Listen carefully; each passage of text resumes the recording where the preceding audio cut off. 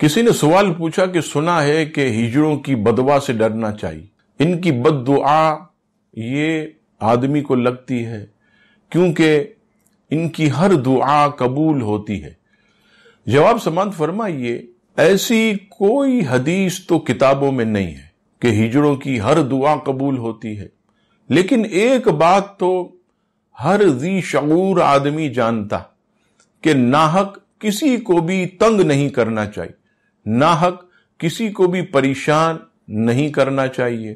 ہمارے معاشرے میں یہ بہت زیادہ بڑھ گیا کہ کوئی آدمی پرانے کپڑے پہنا ہو، جا رہا ہو، میلے کچیلے کپڑے پہنا ہو تو ہمارے گلی محلوں کے بچے پتھر مارنا شروع کرتے ہیں، آوازیں لگاتے ہیں، اسی طرح ہجڑوں کے پیچھے آوازیں لگاتے ہیں۔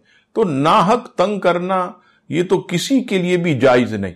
اور یاد رکھیے گا کہ اگر کسی کو آپ نے ناحق تنگ کیا اور مظلوم کے منہ سے آپ کے لیے بد دعا نکل گئی تو یاد رکھیے گا کہ ہر مظلوم کی بد دعا یہ تباہی لاتی ہے۔